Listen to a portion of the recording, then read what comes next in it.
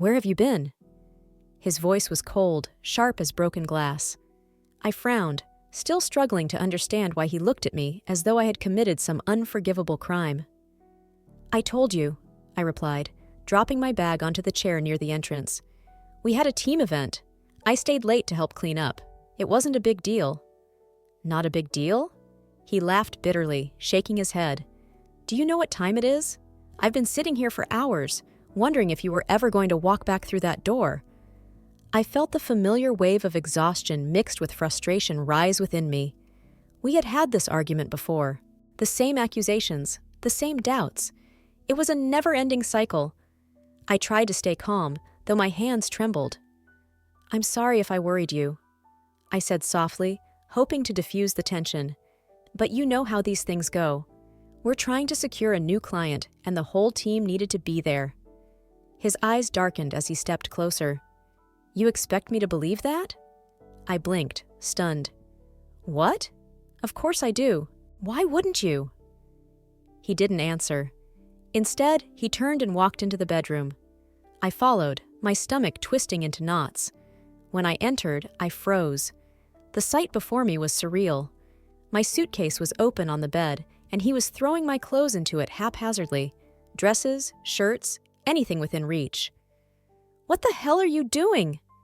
My voice was louder than I intended, but I couldn't help it. He didn't stop. "You think I'm an idiot, don't you? That I don't see what's going on? You come home late, all dressed up, smelling like perfume that isn't even yours anymore. You've changed. You're distant. There's someone else, isn't there?" My heart pounded in my chest, not from fear but from disbelief. I stared at him, trying to process the mess of accusations spilling from his mouth. "How can you say that? You're making things up in your head." I reached for his arm, but he pulled away as if my touch burned him. He grabbed another handful of my clothes and shoved them into the suitcase. "Just admit it. Stop pretending to be innocent when you're not." His voice cracked at the edges, a mix of rage and something that almost sounded like desperation. Tears welled up in my eyes, not because of guilt, I wasn't guilty, but because I was exhausted. Tired of fighting, tired of proving myself over and over to someone who refused to trust me. I took a deep breath and steadied my voice. "There's no one else. I've been trying so hard to make this work, to be someone you can believe in. But it's like I'm being punished for something I haven't done." He stopped for a moment, staring at me as though searching for something, an admission, a hint of betrayal, anything to justify the storm brewing inside him. When he found nothing, he slammed the suitcase shut and shoved it toward me. The sound of the latch clicking shut was deafening. "Then why does it feel like I've already lost you?" His words were quiet now, almost whispered, but they struck harder than any shout ever could. I stood there, staring at the suitcase. My things packed up as though my life here could be so easily erased, thrown away in a fit of misplaced anger. I thought about all the years we had spent together, the good times, the laughter, the promises made in quiet moments. And yet here we were, unraveling before my eyes. "Maybe?" I hesitated, the words heavy on my tongue. "Maybe you lost me because you never really trusted me to begin with." His face contorted with something between pain and fury. "I trusted you," he spat, "but trust doesn't survive lies." "But there were no lies," I shouted, the dam inside me finally breaking. "You made them up. You convinced yourself that I'm the villain in this story when all I've done is try to keep us from falling apart." He shook his head, the fire in his eyes dimming into something colder. "Then maybe we were doomed from the start." For a moment, neither of us spoke. The air was thick with everything unsaid, the ghosts of arguments past hovering between us. And then, slowly, I reached for the suitcase. The weight of it in my hand felt like the weight of a decision I hadn't realized I'd already made. As I walked toward the door, I paused. My hand rested on the frame, and I glanced back at him. This man who I had once thought was my forever. His shoulders were hunched, his fists clenched, as if holding himself together by sheer will alone. In that moment, I felt something shift inside me. A realization that stung like a wound, but also felt like a strange kind of freedom. "I didn't lie," I whispered, more to myself than to him. But you did. You lied to yourself about who I am." And then I left. The door closed behind me, and with it, the chapter of us. The cold night air wrapped around me as I stepped outside. My heart felt heavy, but not broken. In the quiet of the street, under the distant hum of streetlights, I felt something stir, an ember of clarity. I wasn't walking away because of guilt. I was walking away because I finally understood that love without trust isn't love at all. That night wasn't the end of my story. It was the beginning. It wasn't always like this. Once, there was a time when his laughter felt like sunlight warming my skin, and his voice was the sound I longed to hear at the end of every day. I remember the first time I saw him, really saw him. We were strangers passing each other in the chaos of a busy cafe, both late, both distracted. I reached for a cup of coffee at the counter at the same time he did, our fingers brushing for the briefest second. It was such a small thing, but it felt significant, like the universe had tugged a thread and tied it around us. I looked up, ready to offer a polite smile, and that's when our eyes met. His gaze wasn't like the others, those fleeting, distant stares of people too caught up in their own worlds. His eyes, a deep shade of green with flecks of amber, held mine as if he'd been searching for something and found it by accident. "Sorry," he said, a soft chuckle escaping his lips. "Didn't mean to steal your coffee." I laughed despite myself. "You didn't, but I might fight you for it." His smile widened, and for a moment, the noise around us faded. That's how it started.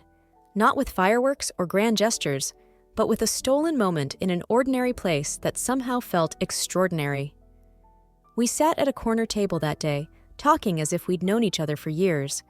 His name was Daniel, and he was charming without trying. His stories made me laugh until my cheeks hurt, and for the first time in a long while, I felt truly seen. There was something about the way he listened, not just to my words, but to the spaces in between, the silences where I hesitated. One conversation turned into 2, then 3, then 100. Soon, he became a constant, a text message that made my heart skip, a familiar silhouette waiting outside my office to surprise me. Our dates were simple, but full of joy. Late-night walks under city lights, where we'd make up stories about strangers we passed. Sunday mornings spent in bed with coffee and tangled sheets, whispering dreams for the future. Daniel was the first person who made me feel like I didn't need to be more or less than I was. I could just exist in his world without fear of being judged. He would look at me across a room full of people, and suddenly, it felt like it was only us. His love wasn't loud. It was steady, like the hum of a familiar melody that stayed in your mind long after the song had ended. When he proposed, it wasn't extravagant. We didn't need theatrics.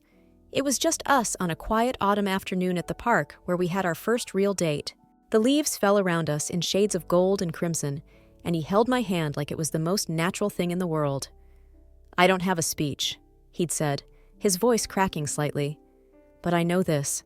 I can't imagine my life without you." He didn't kneel. Instead, he pulled out a ring from his coat pocket and smiled nervously. "So, will you?" I laughed through my tears and said yes before he could finish the question. The early days of our marriage felt like an extension of that golden moment. We built a life together, slowly filling the spaces of our shared home with laughter and quiet rituals. Sunday brunches, evening walks, nights spent talking until we fell asleep on the couch. We were happy, or at least I thought we were. But even the strongest love can be tested by the quiet, creeping weight of time and expectation. Somewhere between careers, responsibilities, and the slow erosion of our dreams, things began to shift. The warmth of our early years dulled into routine. Conversations that once felt effortless turned into something careful and strained. And the worst part? I never saw it coming. I still clung to the memories of the man who made me laugh over coffee, who whispered promises into my hair as we danced in the living room. I believed that if I held on to those memories tightly enough, I could keep us from drifting apart. Looking back, I wonder if he ever felt the same, or if those moments that shaped me were just fragments to him, beautiful, but fleeting. Sometimes I find myself reliving that cafe moment, remembering how simple it all felt. Love seemed like the easiest thing in the world that day. I never imagined that love alone wouldn't be enough to save us. It's strange how cracks form in something you once believed to be unbreakable. They don't announce themselves with shouts or sirens. They arrive quietly, like a chill in the air before a storm. In our case, the first sign was so subtle that I barely noticed it, just a small flicker of unease that I brushed off as nothing. It began with the silences. We used to fill every quiet moment with conversation, with laughter, with shared glances that needed no words. But slowly, those moments became fewer and farther between. I remember sitting across from him at dinner one night, watching him scroll absently through his phone while I spoke about my day. "Did you hear what I said?" I asked, trying to keep my voice light. He blinked and looked up as if he had just realized I was there. "Sorry, what was that?" My smile faltered. Nothing important. But it was important, to me at least. It wasn't just the words I'd spoken. It was the fact that he didn't seem to notice the space growing between us. At first, I told myself that this was normal. People get busy, tired, distracted. I thought maybe I was overreacting, being too sensitive. But the small moments began to add up, like drops of water wearing down a stone. I remember the first time I felt truly alone in our home. It was a Friday night, and we had planned to spend the evening together, just the two of us. I had cooked his favorite meal, lit candles, even put on the dress he once said made me look like I'd stepped out of a dream. I wanted to recreate that magic we used to have, the simple joy of being in each other's presence. But when he walked in the door, his face was clouded with something I couldn't quite place. Fatigue, maybe, or frustration. He barely glanced at the table set so carefully for him. "Long day?" I asked, searching his face for the man who used to greet me with a smile, no matter how tired he was. He nodded and dropped his bag by the door. "Yeah." I waited for more. A story about his day, a complaint about a coworker, anything. But instead, he walked past me to the living room and turned on the TV. The flickering blue light filled the room, drowning out the glow of the candles. I stood there for a moment, feeling foolish. We ate in silence that night, the only sounds coming from the hum of the television and the occasional clink of silverware against plates. I tried to spark a conversation, but his answers were short, distant. Eventually, I gave up and let the silence settle between us. Afterward, I stood in the kitchen washing dishes, staring out the window at the city lights. I felt like a stranger in my own home, as though I had wandered into someone else's life by mistake. The thought terrified me. It wasn't just the silence, though. It was the way he started pulling away in other, smaller ways. The way his goodnight kisses became perfunctory, something done out of habit rather than affection. The way he stopped asking me about my dreams, my fears, my hopes. We used to talk about the future like it was a story we were writing together. Now, it felt like he was writing his part alone, and I was left wondering if I still had a place in it. One morning, I woke up to find his side of the bed cold and empty. He was in the living room, staring at nothing. I asked him if he was okay, and he gave me that tired, distant look again. The look that said he was somewhere else, somewhere I couldn't follow. "I'm fine," he muttered. But I wasn't fine. I wanted to reach out and shake him, to make him see me again, to remember what we had built together. But instead, I nodded and pretended to believe him, because that's what love felt like at the time, making excuses for the person you love and hoping they'll come back to you. The truth was that I felt the ground shifting beneath us, but I was too afraid to admit it. If I acknowledged the cracks, I feared they would grow wider, splitting us apart completely. So I plastered over them with smiles, with reassurances, with memories of better days. But deep down, I knew. Love isn't supposed to feel like walking on eggshells, waiting for the next silence to stretch too long. Love isn't supposed to make you wonder if you're still enough. I remember lying awake one night, staring at the ceiling while he slept beside me. I could hear his breathing, steady and calm, as if everything was fine. But I felt like I was drowning. I turned toward him and whispered his name, hoping, just hoping, that maybe he'd hear the unspoken plea in my voice. But he didn't stir. That was the first time I let myself wonder if love could die quietly, without warning. And the thought stayed with me long after the sun rose. The first time he said it out loud, it felt like a slap in the face. We were in the middle of another argument, one of those endless loops where words stopped meaning anything and turned into accusations, sharp and cutting. I don't even remember what started it that night. Maybe it was something trivial, like a forgotten text message or a dinner plan that fell through. But somehow, it spiraled into something darker. "You're different," he said, pacing across the room like a restless storm. His fists clenched at his sides, and his eyes, once warm, were now cold and narrowed in suspicion. "You don't laugh the way you used to. You don't even look at me the same." I stared at him, bewildered. "Daniel, what are you talking about?" "You know exactly what I'm talking about," he shot back, his voice rising. "You've been distant, distracted. You stay late at work almost every night, and you barely talk to me when you're home. Don't stand there and pretend nothing's wrong." I felt the words lodge in my throat like glass. "I've been working late because we're understaffed.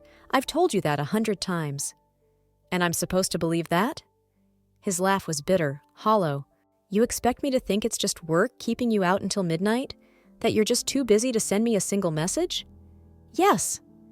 My voice cracked, frustration seeping through every syllable. "That's exactly what I expect you to believe because it's the truth." But he didn't believe me. I could see it in his face, the way his features twisted with doubt, with jealousy, with something that resembled fear. He wasn't listening to my words. He was listening to the voice in his head, the one that fed him lies disguised as instincts. "I'm not stupid," he muttered, running a hand through his hair. "I see the way you smile when you get a text message. I've noticed how you dress differently when you leave in the mornings. You've changed, and I know why." A cold shiver ran down my spine as the realization hit me. "You think I'm cheating on you." The silence that followed was louder than any scream. He didn't deny it. He just stood there, his jaw tight, his eyes searching mine for something. Guilt, maybe. A confession. Something to validate the story he had built in his mind. "Daniel." My voice softened, heavy with disbelief. "Is that really what you think of me? After everything we've been through?" He didn't answer right away.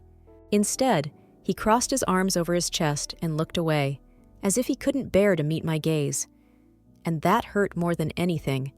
He couldn't even look at me, the woman he had once sworn to trust, to love unconditionally. "I don't know what to think anymore," he admitted, his voice barely above a whisper. "All I know is that I feel like I'm losing you, and it's killing me." I should have felt sympathy, maybe even guilt. But all I felt was anger. Pure, unfiltered anger. How dare he accuse me of something so cruel, so unfounded? How dare he reduce me to a villain in his mind when I had done nothing but try to keep us afloat? "You're not losing me, Daniel," I said, my hands trembling. "You're pushing me away with this paranoia. You're tearing us apart, not me." "Paranoia?" He scoffed, throwing his hands up in frustration. "You think I'm paranoid because I notice things? Because I can feel the distance between us? You expect me to just sit here and watch you drift further and further away without asking why?" I took a step closer, my chest tight with unshed tears. "I have never, not once, given you a reason to doubt me. Whatever story you've created in your head, it's not real. I'm not her. I'm not some unfaithful wife sneaking around behind your back." He shook his head, but I caught the flicker of uncertainty in his eyes. For a brief moment, I thought I'd reached him. But then his walls went back up, higher and thicker than before. "Then why do I feel like I don't know you anymore?" he asked, and his voice broke at the end, raw and vulnerable. "Maybe," I whispered, barely able to breathe through the weight of the moment. "It's because you've stopped trying." The truth hung between us like a guillotine, sharp and deadly. His accusations weren't about me, not really. They were about him, his insecurities, his fear of being abandoned. But understanding that didn't make it hurt any less. I watched as he sank onto the edge of the bed, his head in his hands. "I don't want to lose you," he said again, softer this time. "But I feel like I already have." A tear slipped down my cheek, hot and bitter. "Daniel, you didn't lose me. You're the one letting go." I wanted him to fight for us, for the real us, not the version he'd twisted in his mind. But he just sat there, silent, lost in his own doubts. For a long time, I stood there, waiting, hoping he'd lift his head, look at me, and see the truth. But he didn't. And in that moment, I realized that no matter how much I loved him, I couldn't save us alone. The room felt suffocating, filled with ghosts of who we used to be. Finally, I turned and left the room, the weight of his disbelief pressing against my back like a physical force. As I reached the hallway, I paused, hoping, just for a second, that he'd call after me, that he'd apologize, that he'd say something to make this nightmare end. But all I heard was the sound of his breath, ragged and uneven, like a man who was drowning and didn't want to be saved. And that's when I knew. There are moments in life when love isn't enough. Moments when trust shatters so completely that it can never be pieced back together. The morning after the argument was suffocating. The silence between us was no longer just uncomfortable. It was devastating. I sat at the kitchen table, my coffee untouched, the steam swirling upward like the remnants of everything we'd lost. Daniel sat across from me, scrolling through his phone as if ignoring me would make everything easier. It felt absurd that after everything that had been said, we were now pretending to be two normal people starting a normal day. I couldn't do it anymore. I cleared my throat, breaking the silence. We can't keep going like this. Daniel's fingers paused on the screen, but he didn't look up. I don't know what you want me to say. I want you to talk to me, I said, trying to keep my voice steady. Really talk to me. Not just accuse and shut me out. I want to understand how we got here. He finally set his phone down and met my gaze. His eyes looked tired, haunted almost. You want to understand? His tone was bitter. You make it sound so simple, like we can talk our way out of this. Isn't that what we're supposed to do? I asked, leaning forward. Isn't that what people who love each other do? He let out a long breath and rubbed his hands over his face. I don't know how to fix this, he admitted. I feel like no matter what I do, I'll never trust you again, and I hate myself for that. The words hit me like a punch to the chest. I felt the tears sting my eyes, but I forced myself to hold them back. Then why are you still here? The question slipped out before I could stop it, raw and unfiltered. Why are we doing this if you've already decided you can't trust me? Because I love you! His voice cracked as he shouted the words. I love you, and it's killing me to feel this way. Do you know what it's like to love someone and still doubt every step they take? To wake up every morning wondering if today's the day they'll leave you. I swallowed hard, my throat tight with emotion. Do you know what it's like to love someone who looks at you like a stranger? I whispered. To come home to a person who used to make you feel safe, only to feel like you're being interrogated instead. His head dropped into his hands again, and for a long moment, neither of us spoke. The weight of our words settled between us like rubble from a collapsed building. I reached across the table, placing my hand over his. For the first time in weeks, he didn't pull away. We need help, I said softly. We can't do this alone. He looked up at me, his eyes glassy. You mean counseling? I nodded. We have to try.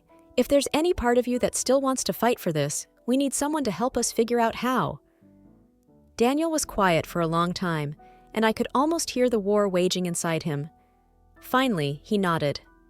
Okay. The next week, we sat in a small, dimly lit office with a counselor who introduced herself with a warm smile and kind eyes. The couch we sat on felt too small, forcing our knees to almost touch. I sat with my hands folded in my lap, while Daniel sat stiffly, his body angled slightly away from mine. The counselor's voice was calm, gentle. Tell me why you're here. Daniel didn't answer at first, so I spoke up. We've lost something. Trust, I guess. I glanced at him, unsure if I was even saying the right thing. We don't know how to find it again. Daniel shifted in his seat. I feel like she's hiding something, he said, his voice low but firm. And every time she tells me she's not, it only makes me feel more paranoid. The counselor nodded, her expression patient. And why do you think that is? Daniel hesitated. Because I've been hurt before. In my last relationship, she cheated. I didn't see it coming. I trusted her completely, and she broke me. He finally looked at me, his eyes full of pain. I thought I'd healed, but maybe I didn't. I felt my heart twist at his confession. I'm not her, I said, my voice soft but resolute. I've never given you a reason to compare me to her. I know, he whispered. But sometimes it feels like history repeating itself. The counselor leaned forward slightly. Daniel, do you believe you're projecting the pain of your past onto your present? He rubbed the back of his neck, clearly uncomfortable. Maybe, he admitted. But how do I stop? How do I stop feeling like I'm waiting for the other shoe to drop? That's what we're here to figure out, she said gently. Trust is a choice, not a guarantee. It's built day by day. And it starts with both of you choosing to believe that your partner is telling the truth. The sessions became part of our routine. Once a week, sitting in that room, unpacking years of wounds and unspoken fears. Some days felt like progress. Others felt like we were sinking deeper into the same cycle. Daniel would open up, then close off again. I'd feel hopeful, then hopeless. But we kept trying. One night, after a particularly raw session, Daniel pulled over on the way home and parked by the side of the road. The city lights shimmered in the distance, but the car felt like our own private world. I don't want to lose you, he said, his voice barely above a whisper. But I don't know how to fix what's broken inside me. I reached for his hand. You don't have to fix it alone, but you do have to let me in. He squeezed my hand, and for the first time in a long time, I felt something shift, something fragile but real, hope. But even as I sat there, holding his hand, a small voice in the back of my mind whispered a bitter truth. Sometimes love isn't enough. Sometimes no amount of effort can mend something that's cracked too deeply. I pushed that thought away and chose, for that moment, to believe in us. Because despite everything, I still wanted to fight for the love we'd built. I just didn't know how long I could keep fighting alone. The night I met him, I wasn't looking for anything or anyone. I had spent so long feeling hollow, trapped in a spiral of doubt and loneliness, that I wasn't even sure I knew how to feel anything real anymore. But fate has a strange sense of timing. It was a quiet evening after another exhausting counseling session. I wandered into a small bookstore downtown, the kind with creaky wooden floors and shelves packed with forgotten treasures. I didn't want to go home yet, didn't want to sit in that silent house that had begun to feel more like a battleground than a sanctuary. The warm glow of the store's lamps felt like an escape, like a place where no one expected anything from me. I was running my fingers along the spines of books, lost in thought, when I heard a soft, low voice behind me. Excuse me, you've got good taste. I turned and saw him. He had an easy, genuine smile, the kind of smile that made you feel like you belonged, even if you were a stranger. His eyes were bright, curious, framed by a kindness that I hadn't seen in so long that it almost made me shy away. I glanced down at the book in my hand and laughed. It's a collection of poetry. Most people think it's cheesy. He shrugged, a small, playful grin tugging at his lips. Well, I think most people are wrong. There was something effortless about him. He wasn't trying too hard, wasn't saying the perfect thing. He just was. And that simplicity caught me off guard. We ended up talking right there in the aisle for what felt like hours. His name was Leo, and he was everything Daniel wasn't. Light where there had been shadows, ease where there had been tension. Leo wasn't just charming, he was present. When I spoke, he listened, really listened, without glancing at his phone or drifting off into some faraway place. He asked thoughtful questions, not the kind meant to fill space, but ones that made me pause and think. When he smiled, it wasn't out of obligation. It was genuine, the kind of smile that felt like sunlight breaking through storm clouds. Before I knew it, I was laughing in a way I hadn't in months. Deep, unrestrained laughter that bubbled up from somewhere I'd thought had dried out long ago. Are you always this good at making strangers laugh? I asked, my smile lingering even as I spoke. Only the ones who seem like they could use it, he replied, his eyes softening as he looked at me. His words hit a nerve, but not in a painful way. It was as though he could see through me. Not the polished version I tried to show the world, but the tired, lonely woman underneath. And somehow, he didn't pull away. He leaned in. By the end of our conversation, he'd convinced me to grab coffee at the cafe next door. I didn't overthink it. It felt easy, natural even. Something as simple as sharing a table and sipping lattes became a quiet rebellion against the loneliness I'd been drowning in. Over the next few weeks, Leo became a bright spot in my life. We bumped into each other at the bookstore again, on purpose, I suspected, and after that, we started meeting regularly. Sometimes it was for coffee, sometimes just to walk through the city and talk about everything and nothing at all. He never pried into my life, never asked questions that felt too sharp. He just existed alongside me, showing me what it was like to feel seen without being scrutinized. One evening, as we sat by the river watching the sunset paint the water in hues of gold and pink, I finally let my guard down. "Leo," I murmured, staring at the rippling water. "My life's a mess." He turned to me, quiet but attentive. I took a deep breath and told him everything. About Daniel, the accusations, the counseling, the weight of trying to rebuild something that was already cracked beyond repair. When I was done, I waited for him to react, to pity me or offer some empty platitude. But he didn't. Instead, he reached out and took my hand in his touch warm and steady. "You don't have to explain yourself," he said softly. "You don't owe anyone your pain, but if it helps to share it, I'm here." Those words broke something inside me, the dam I'd been holding together with sheer will. Tears slid down my cheeks, silent but heavy. And he didn't flinch. He didn't try to fix me. He just sat with me in the moment, letting me be vulnerable without fear. The way he looked at me wasn't like I was broken. He looked at me like I was strong for having survived, even if I didn't feel that way yet. I realized something that evening. Love isn't supposed to feel like a test. It isn't supposed to make you feel like you're never enough. I'd spent so long trying to earn Daniel's trust that I forgot what it felt like to simply be. To be accepted for who I was, without question or conditions. Leo never made me feel like I was walking on thin ice. With him, I wasn't too much or too little. I was just me, and that was enough. Our moments together became a refuge, a quiet reminder that life didn't have to be weighed down by suspicion and doubt. He taught me how to laugh again, how to breathe without the constant pressure of trying to prove myself. One evening, as we sat on a park bench beneath the soft glow of the streetlights, he turned to me and asked, "Do you believe in second chances?" I thought about it for a moment, the weight of his question settling over me. "I do," I said, "but not with the same person who broke you." He nodded slowly, as if he'd been waiting for me to say that.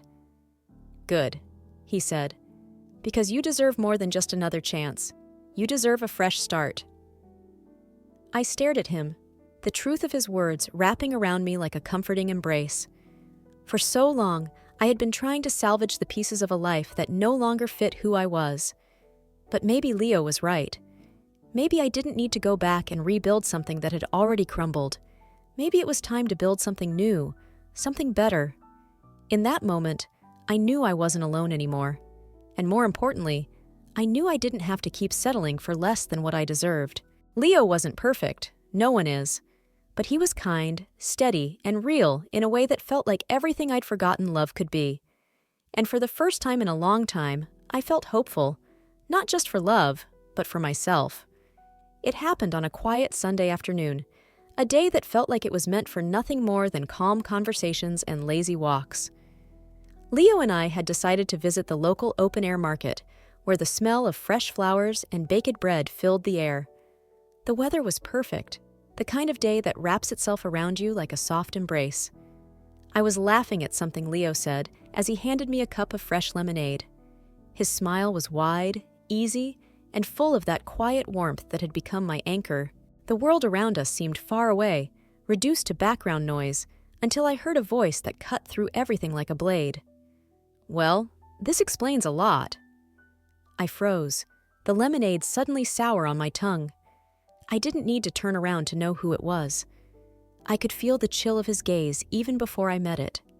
Slowly, I turned, and there he was. Daniel, standing just a few feet away, arms crossed, his face a mask of bitterness. For a moment, I couldn't breathe. Seeing him here, in this space that had become my haven, felt like a cruel twist of fate. His presence dragged the weight of our past into the open, laying it bare for everyone to see. Leo, sensing my discomfort, stepped closer to me, his hand brushing mine in a quiet gesture of support. "Is this him?" he asked softly. I nodded. "Yeah." Daniel's eyes flicked between us, and his expression darkened. "So, this is why you've been so distant? This is the guy?" My heart twisted with a mix of anger and sadness. "No, Daniel. You're the reason things fell apart. You're the one who couldn't trust me." Daniel's jaw clenched, and I could see the storm brewing behind his eyes. "You expect me to believe that you weren't sneaking around with him the whole time? That you didn't leave me because of this stranger?" Leo let out a slow breath and stepped forward, placing himself slightly in front of me, not aggressively, but protectively. "Hey," he said calmly, his voice low and steady. "I'm not looking for a fight, man, but you need to stop." Daniel's face twisted with frustration. "You don't get to tell me what to do. You don't know what she put me through." Leo's eyes softened, but his voice stayed firm. "And you don't know what you put her through." Daniel took a step forward, his anger radiating like heat. "She's mine," he spat. "We had a life. You don't get to just walk in and—" "She's not yours, Daniel," I interrupted, my voice sharp and unwavering. "I'm not some prize you lost. I'm a person, and I deserve better than what you gave me." The words spilled out before I could stop them, raw and unfiltered. The crowd around us had started to notice, people glancing over curiously as the tension grew. But I didn't care. This needed to be said. Leo reached out and gently took my hand, grounding me. "You don't have to explain yourself," he whispered, but I wanted to. "For months, I tried to save us," I continued, looking Daniel straight in the eye. "I fought for us when you wouldn't. I forgave you for every baseless accusation, for every night you made me feel like I wasn't enough. And when I finally stopped fighting, it wasn't because of Leo. It was because I was tired of losing myself." Daniel's expression flickered, hurt, anger, regret. He looked like a man standing in the rubble of a house he'd burned down himself. Leo's voice was calm but firm. "You need to leave her alone." His words weren't a threat. They were a line drawn in the sand. "She's not someone you get to control anymore." Daniel's gaze hardened as he took another step forward, fists clenched. "And what are you? Her knight in shining armor?" Leo's lips curved into a small, sad smile. "No, I'm just someone who knows how to listen." That broke something in Daniel. His bravado cracked, and for a brief moment he looked lost. The man who had once towered over me with accusations and suspicion now stood small, defeated by his own inability to let go. "I loved you," he muttered, almost to himself. "I really did." I felt the familiar sting of tears, but I swallowed them down. "Maybe you did. But love without trust isn't love, Daniel. It's just a cage." He stood there, breathing heavily, as if trying to find something to say, something that would make sense of everything. But there was nothing left to say. Finally, Leo took another step forward, not aggressively, but with quiet strength. "Walk away, man, for both your sakes." Daniel's shoulders slumped, and after a long, agonizing pause, he turned and walked away. I watched him go, his figure blending into the crowd until he was gone. A strange, bittersweet ache settled in my chest. I had imagined this moment so many times, the confrontation, the things I'd say. But now that it had happened, I didn't feel triumph or relief. I felt free. Not from him, but from the weight of everything I'd carried for so long. Leo gently turned me toward him, his hands on my shoulders. "You okay?" I nodded, wiping at my eyes. "I think I am." We stood there for a moment, the noise of the market returning around us like a soundtrack to a new beginning. Leo's hand found mine again, and this time I held it tightly, not because I was afraid, but because I knew I didn't have to hold anything alone anymore. "You were incredible," Leo said with a small smile. "I don't think you realize how strong you are." I let out a soft laugh, the tension finally leaving my body. "I didn't feel strong." "That's how I know you are," he replied, brushing a strand of hair behind my ear. For the first time in what felt like forever, I believed him. I didn't need to justify myself to anyone, not to Daniel, not to the world, and not even to myself. The chapter had closed, and as Leo and I walked hand in hand through the bustling market, I felt it in my bones. This was the beginning of something new, something real, and I was ready. The days that followed felt like stepping out into fresh air after being locked in a dark room for too long. There was a lightness to everything I did. Brushing my hair, sipping coffee in the morning, even walking down the street. It wasn't that life had suddenly become perfect, or that all my problems had disappeared. But for the first time in years, I felt like I wasn't carrying the weight of the past anymore. Leo became a constant presence, not because he tried to fill every space or smother me, but because he simply was. He existed beside me in a way that felt natural, like he'd always been meant to be there. We didn't rush anything. We didn't need to. Our story wasn't one born out of desperation or fear. It was built on something quiet but strong. One sunny afternoon, we took a spontaneous road trip to the countryside. The sky was a brilliant blue, and the open road stretched before us like a promise. Leo drove with the windows down, one hand on the wheel and the other resting comfortably on mine. The wind tangled my hair, and I didn't care. I laughed, feeling free in a way that I hadn't felt in years. We found a small lake tucked away behind a grove of trees. The water shimmered under the sun, and everything smelled like grass and pine. Leo grabbed a blanket from the car, and we stretched it out near the edge of the water, our shoes kicked off, our toes sinking into the cool sand. As we lay there, staring up at the sky, he turned to me with that familiar, gentle smile. "What do you want your life to look like from here?" he asked. It was a simple question, but it felt monumental. For so long, I had shaped my life around trying to fix something that was already broken. I had twisted myself into knots, trying to be enough for someone who didn't know how to see me. And now, I finally had the chance to ask myself what I wanted. I closed my eyes and let the question sink in. "I want peace," I said softly. "I want to wake up in the morning and not feel like I'm walking on eggshells. I want love that doesn't feel like a battle I have to win every day. And I want to be me, just me, without apologizing for it." Leo reached over and laced his fingers with mine. "You deserve all of that," he said, "and more." I opened my eyes and turned to him, my heart swelling with something unfamiliar but welcome, hope. For so long, I'd thought that my happiness depended on someone else's validation, that I had to fight for love like it was something scarce and fragile. But sitting there beside Leo, I realized that love, real love, wasn't something I had to earn or chase. It was something that found you when you were finally ready to let it in. The days turned into weeks, and with each passing moment, I felt more like myself than I ever had before. I started painting again, something I hadn't done since the early days of my marriage, when life felt full of possibility. Leo bought me a new set of brushes after he saw one of my old canvases, and his eyes lit up when he told me, "You need to share this with the world." But the truth was, I didn't need the world's approval. For once, it was enough that I'd found something that made me feel alive again.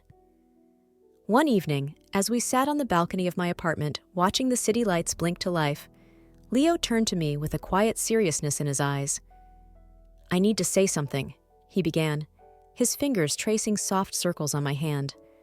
I felt a flutter of nerves but nodded. "Okay." He took a breath. "I know you've been through so much, and I never want you to feel like you're rushing into anything with me.